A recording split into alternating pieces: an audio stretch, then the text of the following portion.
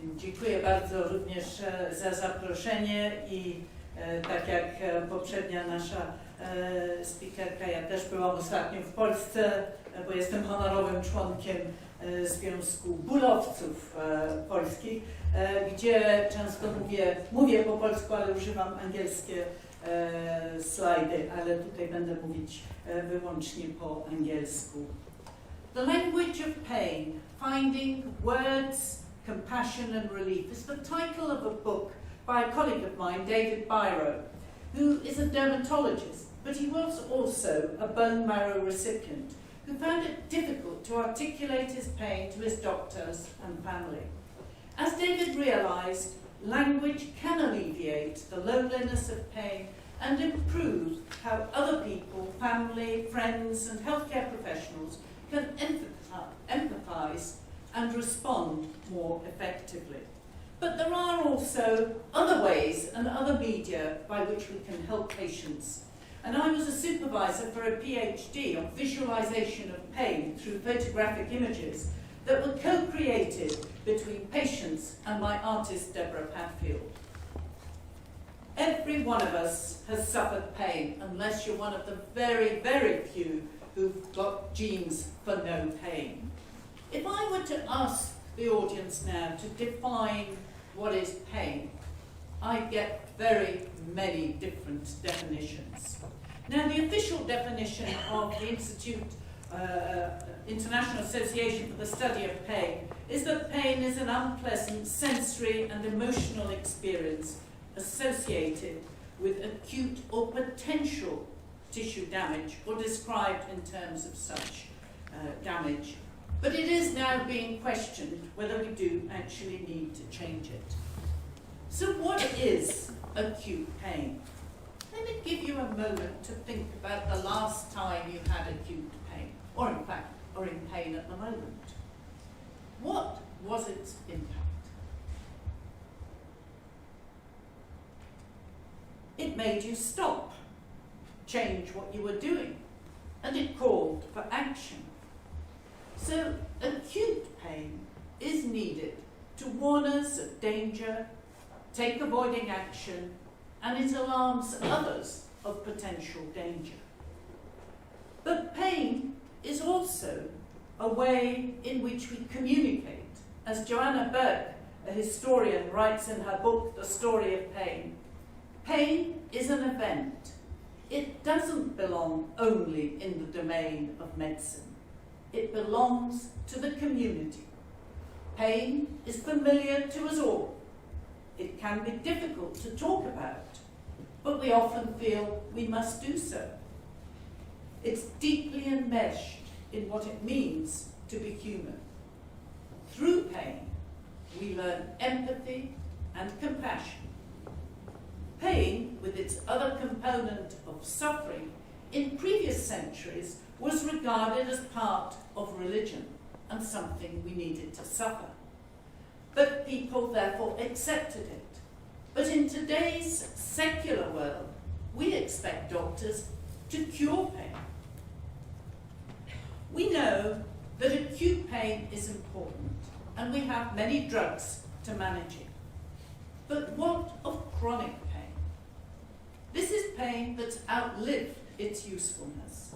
It's no longer a warning sign, but it's now become a burden which affects ours and others' lives.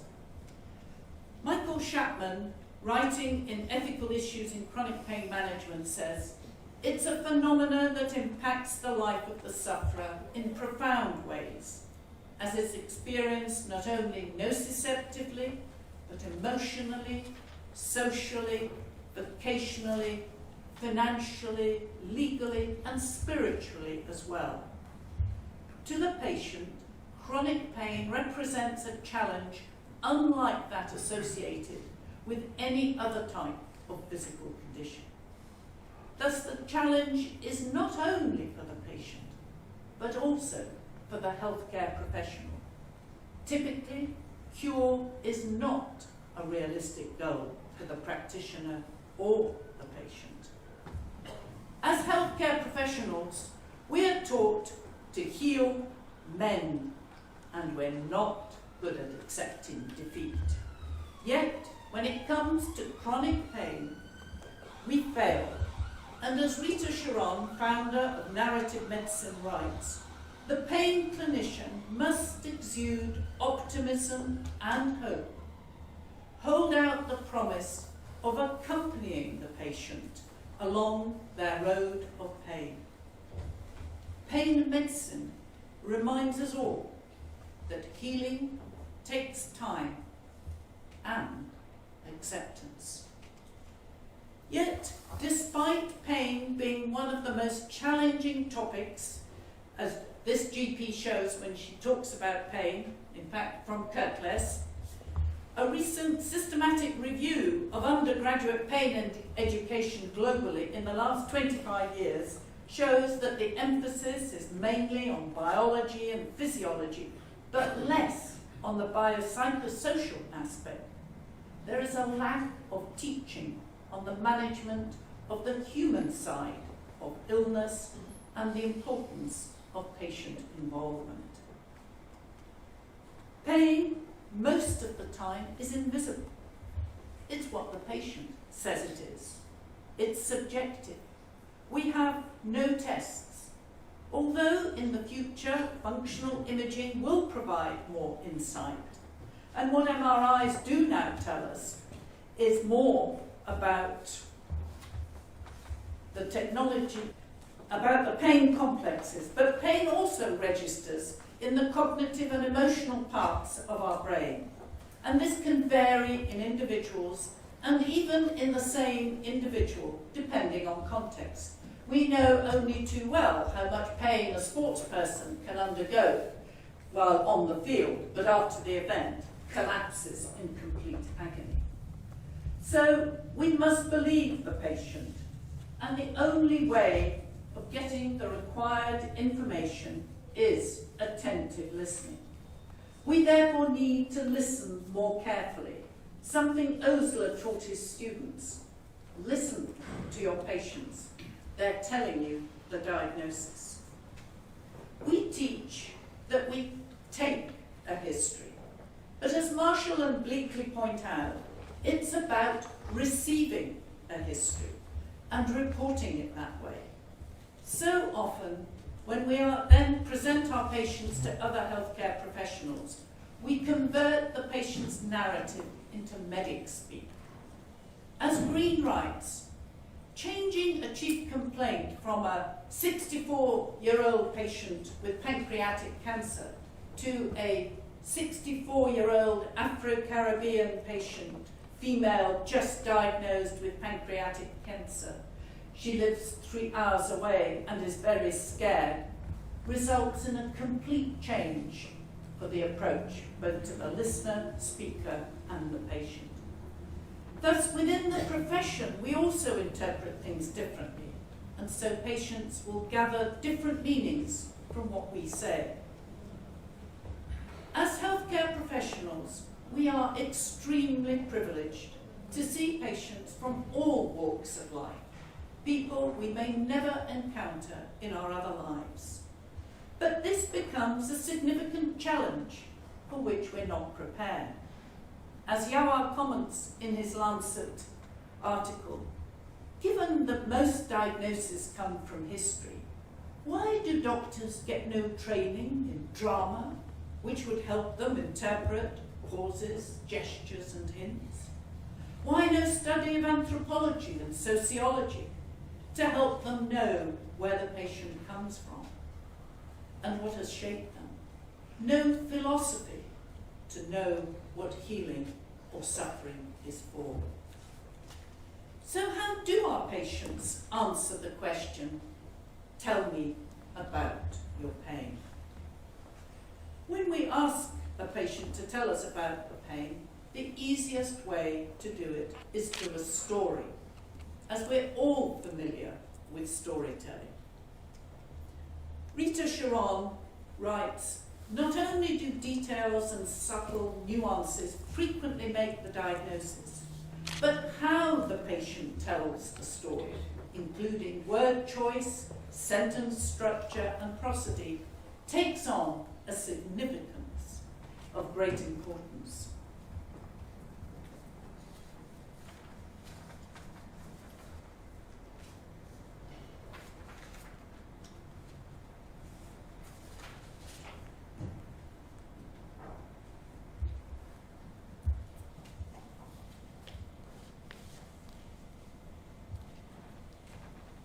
To enter a story is to make room for its teller, and the doctor with narrative skills habitually confirms the patient's worth in the process of attending seriously to what he or she tells. Perhaps the strengthening of narrative competence of doctors might help them to achieve such elusive goals as humanism and professionalism. Very often, by the time the patient arrives at a pain clinic, they've become weary. Nobody wants to listen to them. And a study has shown that their expectations are low. Yet, these patients need to tell their story. And remember that stories are only told to somebody. The simple act of listening to someone's story of suffering may be therapeutic. A story has several elements. Our teller is the patient. The listener is the clinician. There is a language. What happens when that's not ours? When we use interpreters, or we may not be able to tell it for other reasons, deafness, mental health. How do we help a patient describe the character of pain? A good way is to ask, how does it feel? And often this prompts patients to use metaphors. The character are the very different components, and there's also a sequence of events and a time at which it occurs. We need to be caught up in the story and have the patience to listen to it, and we're not very good at communication, as recent studies have shown. 77% of patients are interrupted after 12 seconds of beginning their opening statement and not allowed to complete it. 37% of patients are not asked about their agenda for the appointment. 70% of patients leave wanting to ask more questions. Female patients are interrupted more than male patients. Male healthcare professionals interrupt more frequently than female healthcare professionals. So, once we've gathered our history, done our examination, and carried out appropriate investigations, we really need to communicate our findings, which may include a diagnosis, but most certainly include a treatment plan. Crucially, we need to explain what chronic or persistent pain is and why it's so called. We've all had communication skills training, but as Peter Salmon, a health psychologist, says, very few of us have undergone the technology of an explanation, which is not greatly valued or taught. Williams and Ogden, studying the use of language in consultations using an RCT model, showed that doctors' choice of vocabulary affected patient satisfaction immediately after a general practice consultation, and that using the same vocabulary as the patients did improve patient outcomes. They go on to suggest that using more medical terms makes the consultation more formal, which could also be reflected in the doctor's body language and the patient's style of responding. Patients who have more knowledge and understanding of their condition become empowered to self-manage, change lifestyle, accept their condition, and adhere better to their treatment plans. And this then results in improved outcomes. But not all our patients will make it explicitly clear that they want an explanation. So the key is to use a variety of methods, as not all patients will have the same requirements. consultations should be a forum for exchanging ideas as opposed to a vehicle for transmitting technological information from doctor to patient. We need to clarify uncertainty, allay fear, and show humility. We need to be aware of our language. What emotion do these words generate in a patient? Fear, anxiety, despair, to such an extent that they may stop further discussions. They no longer listen to us. The worse the news, the less they remember. What about action words? These words would suggest that there's something you can do. You can decompress nerves, you can unblock veins. But there's also words that heal. Healing language is also silent. Doctors need to give a patient time to consider. And using everyday words can convey a physician's compassion, earn trust of patients, and sustain a bond between individuals. So, what are the features of a good explanation? An explanation needs to be plausible, that it involves signifying to the patient that the pain is real and legitimate. It doesn't need to include a diagnosis.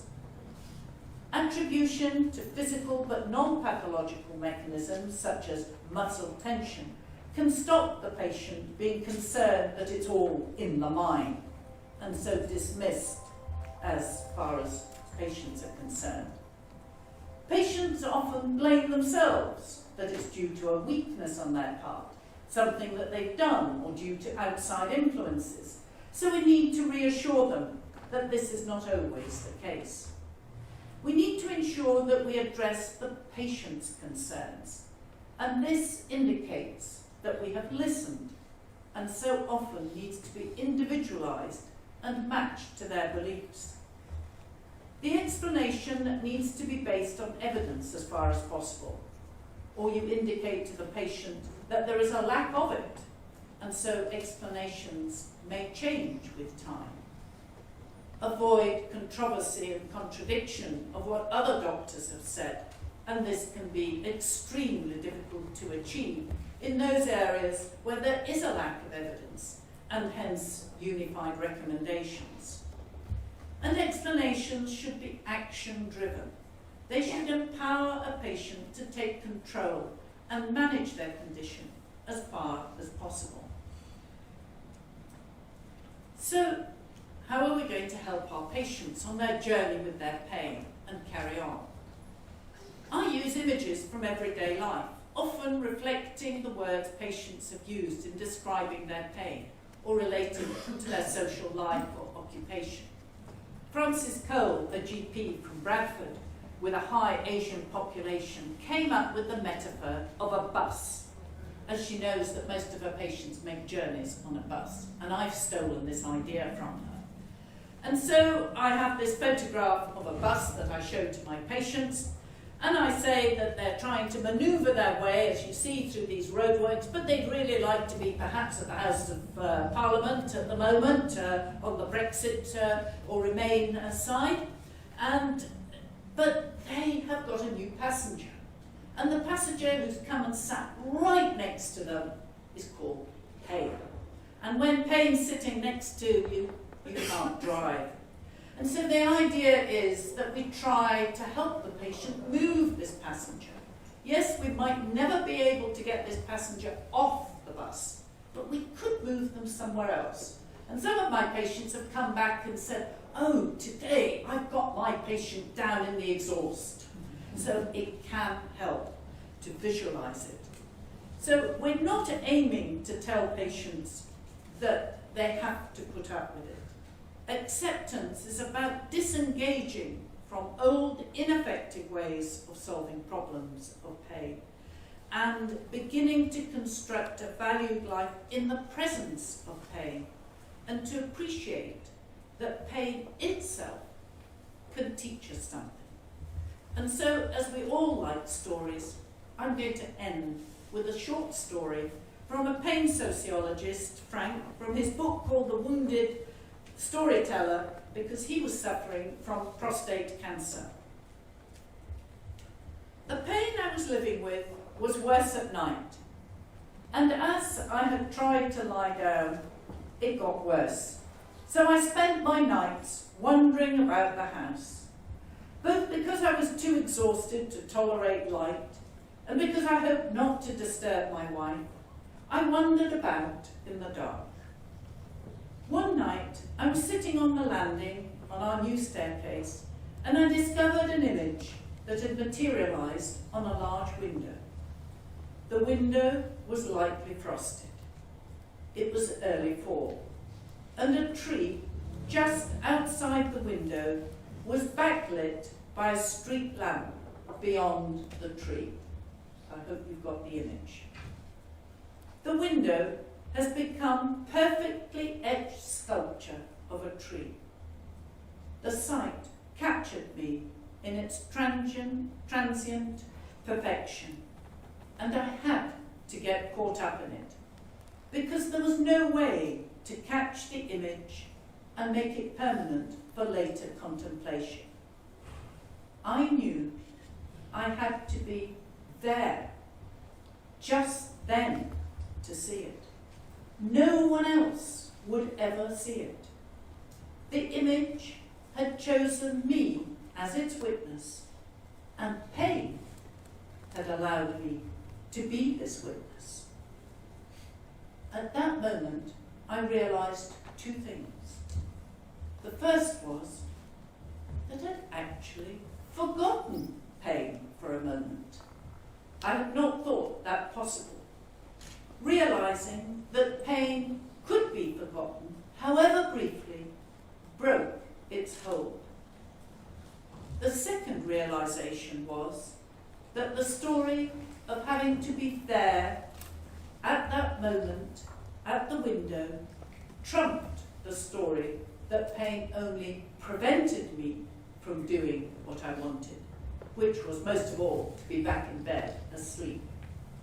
Here is a shift of perception in which the sufferer crosses the boundary from unmaking to remaking. Pain suddenly and decisively made something possible. Instead of unmaking my world, it made a world.